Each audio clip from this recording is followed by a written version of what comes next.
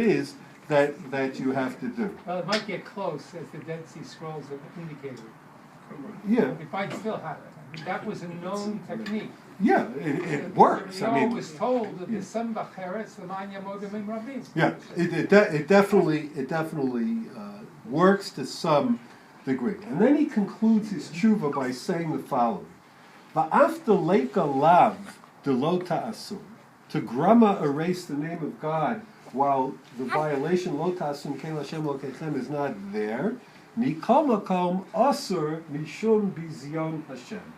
You're being a vaza, you're denigrating the name of Hashem. Now, does that mean that grama erasure of God's name is asur d'oraisa or d'rabbanan? There are those who say that he still means it's an issa d'oraisa. What exactly is the pasuk that you're violating? I'm not 1,000% sure, but there are those who understood it that way. However, Rav C. Pesach Frank, who was the Rav Rashi of the legendary Rav Rashi of Yerushalayim, he says that it would be an issa d'rabbanan, but an issa it would be. So basically, where we're left is as follows: to directly erase the name of Hashem is an issa d'oraisa. And therefore, you have to be very careful when you have, for example, especially in Edot Mizrach Sidurim, they don't use double yuds for the Shem Hashem. They write out the yud K, vav K with all the kavanas that you're supposed to have, and so forth and so on. You have to be very careful what you do with that siddur when it's no longer usable. You should probably, I'm looking around, sorry, Shoshana, you should probably convert to Edot Ma'arav and use an Ashkenazi's siddur. But seriously, you have to be very careful with such a sefer. What about the grama erasure of Hashem? Yud you say is not a problem?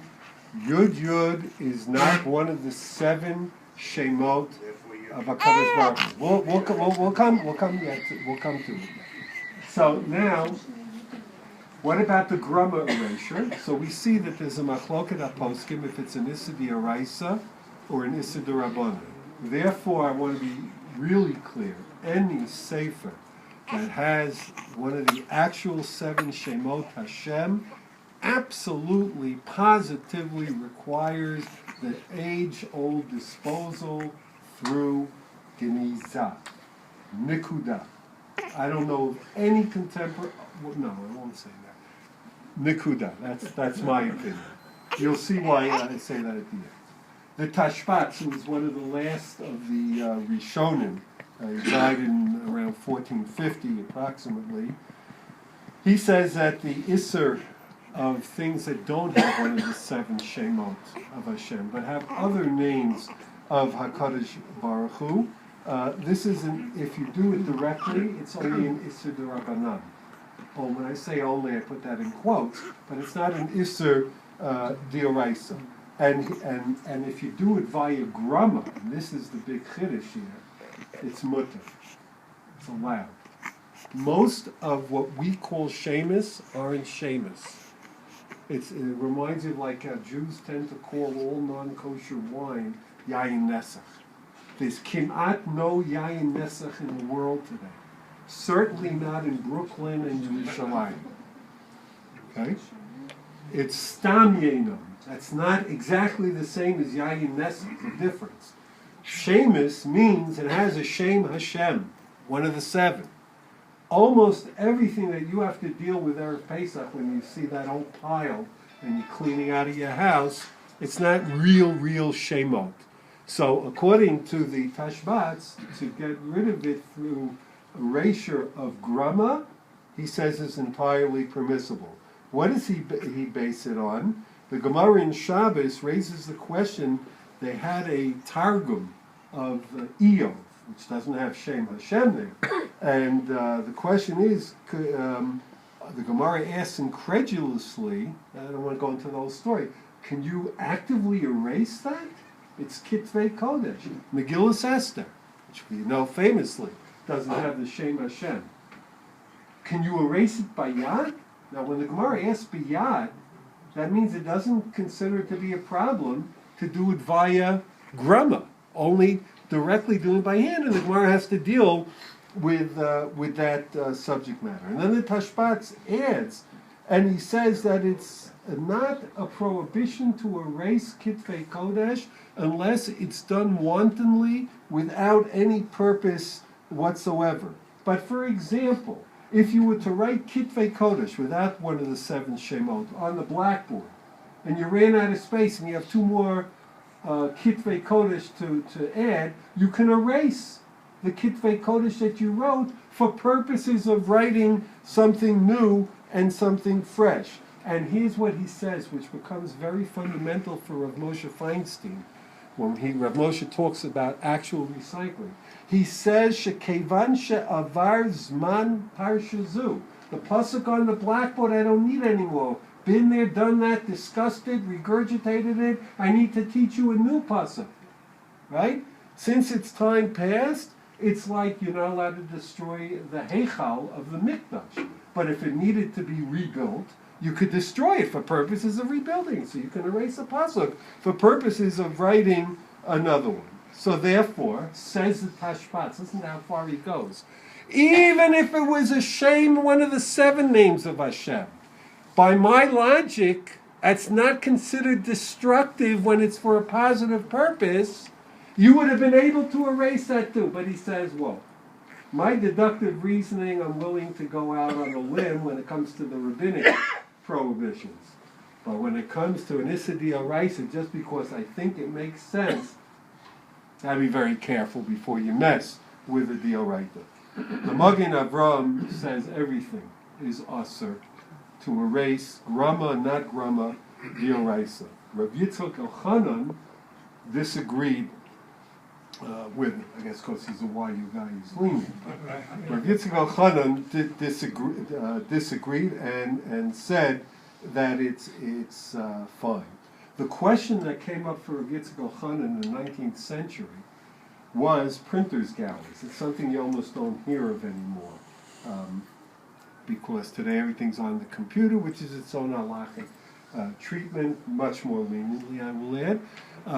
But printers' galleries, they would print a proof sheet, you corrected it, there were always tons of mistakes. In fact, all through the years when books would be printed, if you would look, the back page of the book had a list of all the mistakes that they found only after they went through the printing, and then they added in one more page of corrections, etc. It's called errata.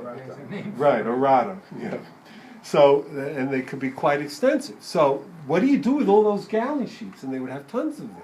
And there was a problem, because if you would just simply put them, leave them on the side, Goyim would come, and they had cases where they were even used in laboratories. That's certainly not a better way to dispose of galley sheets, etc. So in this regard, Rav Yitzchak Elchanan says, there's another important point, because those sheets were not printed for purposes of learning. They were printed so that you can check them and edit them and so forth and so on. So therefore, when you can't do Geniza, meaning if you could do Geniza, you should. But if you can't do Geniza, then what you should do, tell the printer when he prints to have in mind that no Kedusha should attach to these sheets, and then you could actually even burn them, albeit preferably by a minor or by a guide, but you could even burn them. And this is based on a position of the, not based on, but similar to the position of the Netziv, who Beferish says that if a person has in mind that no Kedusha should imbue to the material that he's printing, there is no Kedusha even when there is a name of Hashem that's written there. In St. Louis, there is a cathedral, the Catholic Cathedral of St. Louis, which you pass on one of the highways, and in big gold letters, and you could say the same thing about the Charles River statue of Oto Haish in Prague. Yud K Vav K. I don't think there's any Kedusha there. The Great Seal of Yale University has Yud K Vav K, Yeah. for example. It does? Yes. It's Urim V'Tumim. Huh? Urim V'Tumim. That's I'm sorry. I mean, I'm an Oxford man myself, so I don't know about the American. What about the branch in Washington Heights? I went to the Washington Heights campus. What about adding to a letter to distort it? In other words, Elohim, you add a little connection between the leg of the hay and the top, and now it says Elohim, and that no longer is a Shem. You're not erasing it, you're adding. Is that a problem? It's probably treated like erasing, I would think, because you're defacing. In essence, you're defacing a Shem Hashem. Rav Aaron Walken, the Zakan Aharon, he disagrees with the Netziv, and he says, unless they didn't learn from the galley sheets at all, be a problem, but that wouldn't help, let's say, in the case, and he goes to town on this. The newspapers in Europe used to have Divrei Torah, and he said, well, then people, they read them, they learn them, and then they throw them out. Why are you printing so many newspapers like this? And he got upset at the publishers, not at the buying audience. And he says that this is something that you really should be careful not to do. The Chazon Ish took a very stringent position, and he felt that even Grama Kitvei Kodesh would be something that is prohibited, albeit when you look in the Rambam talks about that you're not allowed to destroy actively Kitvei Kodesh. But if you do, it's also in Hilchot Yisodei Torah, if you do makinoto makat mardut, which means you get smacked around, and you may even get lashes, but it's not malchus for a Torah prohibition, it's a rabbinically induced punishment, which means that the Rambam seems to have held that only by hand it's a rabbanan iser to deal inappropriately with Kitvei Kodesh without the Azkara of Shem Hashem, which would seem to mean that Grama shouldn't be a problem at all. So the Chazon Ish felt that you shouldn't take the word biyad quite literally, and he holds, therefore, that